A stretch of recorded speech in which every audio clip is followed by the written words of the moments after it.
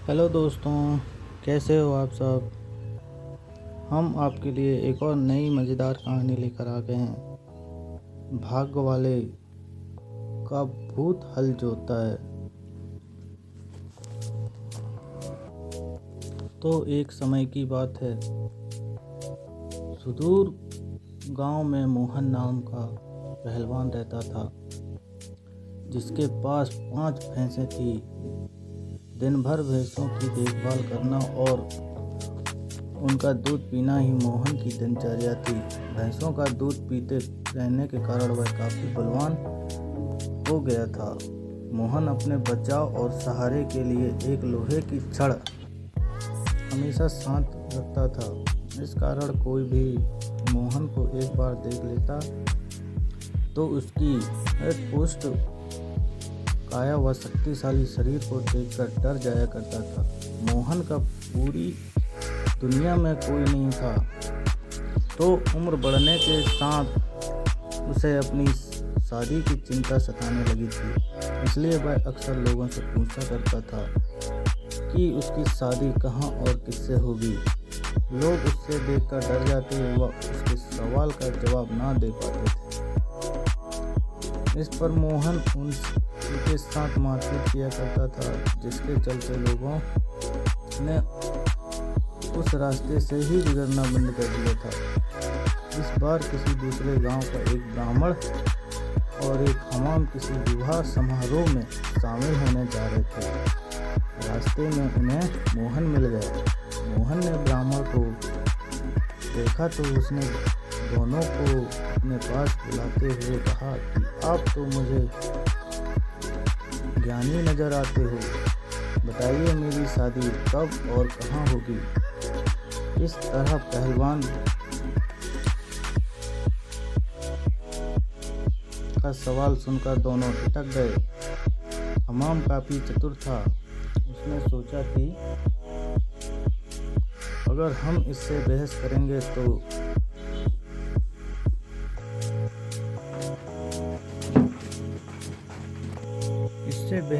तो इसके पलट के आगे हमारा कोई मुकाबला नहीं। हमाम को एक तरकीब सूझी और उसमें दूर एक ताड़ के पेड़ की ओर उंगली से इशारा करते हुए कहा कि आपकी शादी वहीं होगी। हमाम की बात सुनकर मोहन थोड़ा नहीं समाया और प्रसन्न होकर उसने अपनी 5 भैंसों दोनों को दान में दे दी और ताड़ के पेड़ की दिशा में चल पड़ा।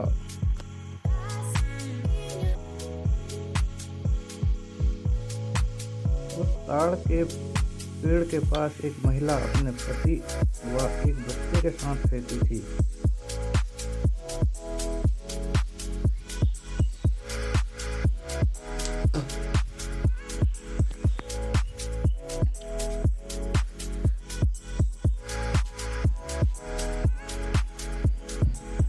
उसका पति बड़ा ही धूर्त व आलसी किस्म का शख्स था और उसे बात बात पर झूठ बोलने की आदत थी। इस वजह से वह महिला अपने पति से बेहद परेशान रहती थी। काफी दूर तक पैदल चलने के बाद जब मोहन ताड़ के पेड़ के पास पहुंचा तो वह औरत घर के बाहर निकली। घर के आंगन में प्रवेश करते हुए मोहन लड़खड़ा कर गिर पड़ा और उसका एक हाथ औरत के गाल पर तमाचे की तरह लग गया। औरत को लगा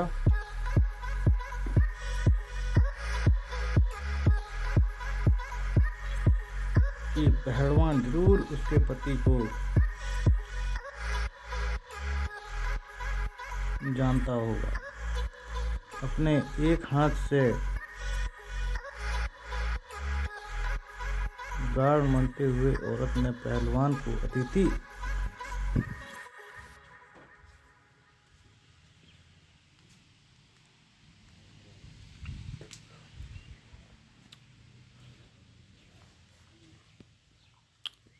अतिथि कक्ष में बैठने के लिए कहा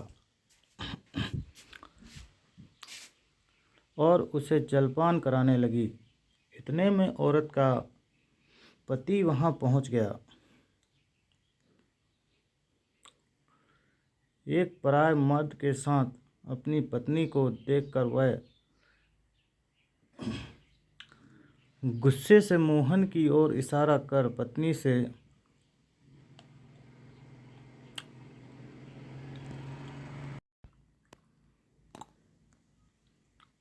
पूछने लगा कि यह शख्स कौन है। औरत ने डरते हुए कहा कि उसे लगा कि वह परिचित है, इसलिए उसने उसे भीतर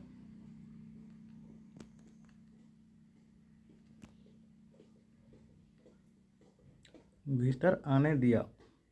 अपनी पत्नी की बात सुनकर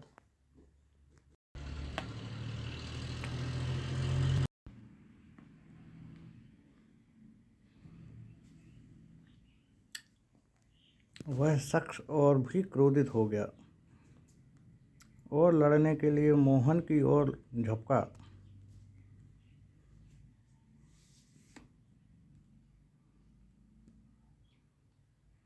शख्स को रोकने के लिए मोहन ने अपने लोहे की छड़ उसके सिर पर रख दी, जिससे वह आदमी वहीं मर गया।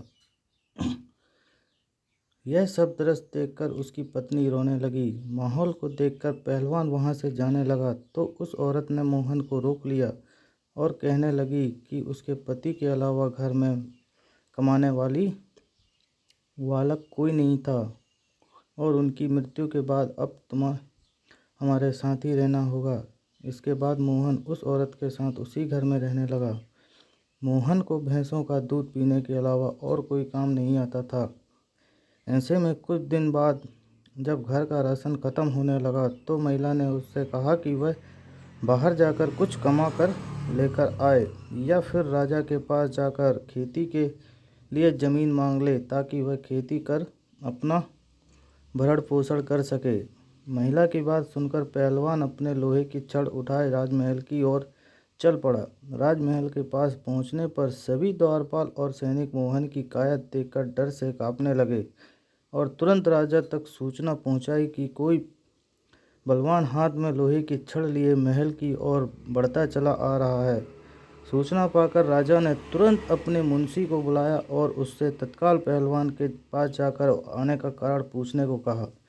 पहलवान मुंशी को खेती के लिए जमीन मांगने की अपनी विनती बताता है। संदेश लेकर राजा के पास पहुंचने पर राजा पहलवान को ढेर सारी जमीन देने का आदेश देता है। मुंशी बेहद चतुर होता है और वह राजा द्वारा पहलवान को दी गई अधिकांश जमीन स्वयं के लिए रखकर मोहन को कब्रिस्तान के पास एक बंजर वाली छोटा सा टुकड़ा दे देता है, जिससे पाकर पहलवान खुशी खुशी वापस लौट जाता है। उस बंजर जमीन के पास एक पीपल का पेड़ होता है जिन पर भूतों का साया होता है, तो पेड़ के कारण उसे खेत जोतने में परेशानी आने लगी। उसे मोहन काटने की ठान लेता है। अपनी मोहन छड़ से उस पर प्रहार करता है, जिससे करीब 150 भूत नीचे गिर जाते हैं और गुस्से से पहलवान की ओर लड़ने के लिए दौड़ते हैं। पहलवान अपनी छड़ से सभी भूतों के छक्के छुड़ा देता है। पहलवान से जीतना असंभव जानकर भूत मोहन के सामने पेड़ ना काटने की गुजारिश करने लगे। भूतों ने कहा, यह हमारा घर है, हम कई साल से यहाँ रह रहे हैं, हमारे घर को मत उजाड़ो। भूतों ने इसके बदले खेतों में काम कर उपज मोहन के घर पहुँचाने का प्रस्ताव रखा। मोहन को भूतों पर दया आ जाती है और वह उनका प्रस्ताव स्वीकार कर घर चला जाता है। इसके बाद से भूत समय समय पर पहलवान के घर फसल पहुंचाने लगे। एक बार उन भूतों का गुरु उनसे मिलने आता है। सभी भूतों को दुबला पतला व कमज़ोर देखकर वह उनकी दुर्दशा का कारण पूछता है। भूतों से पूरा वृत्तांत सुनकर गुरु पहलवान को सबक सिखाने की ठानता है और उसके घर की ओर चल पड़ता है। भूतों का गुरु एक बिल्ली का रूप धारण कर पहलवान पर हमला करने की योजना बनाता है। उन दिनों पहलवान के घर में रोज एक बिल्ली रसोई में घुसकर सारा दूध पी जाती थी, जिससे वह काफ़ी परेशान था। उस दिन पहलवान भी बिल्ली को सबक सिखाने के लिए दरवाजे के पीछे छिपकर बिल्ली का इंतजार कर रहा होता है।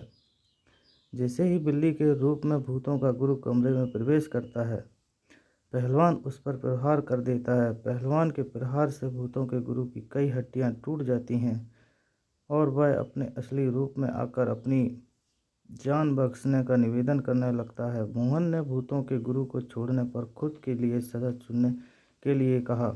ऐसे में भूतों के गुरु ने कहा कि उसे बख्शने पर वह राशन की मात्रा दोगुनी कर देगा। भूतों के गुरु की इस बात कुछ के बाद पहलवान उसे छोड़ देता है। पहलवान के घर से निकलकर भूतों का गुरु सीधे अपने शिष्यों के पास जाता है। शिष्यों के पूछने पर वह उन्हें पूरा वृत्तांत बताता है और कहता है कि अब पहलवान के घर भेजने वाले राशन की मात्रा दोगुनी करनी होगी।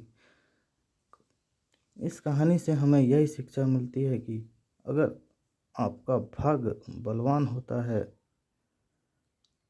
तो विपत्तियां भी अवसर में बदल सकती हैं।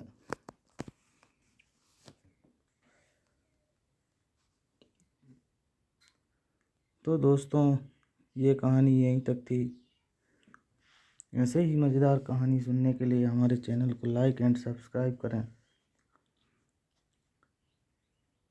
जब तक के लिए हम आपसे विदा चाहते हैं और मिलते हैं एक और नई कहानी के साथ। जय हिंद, जय भारत।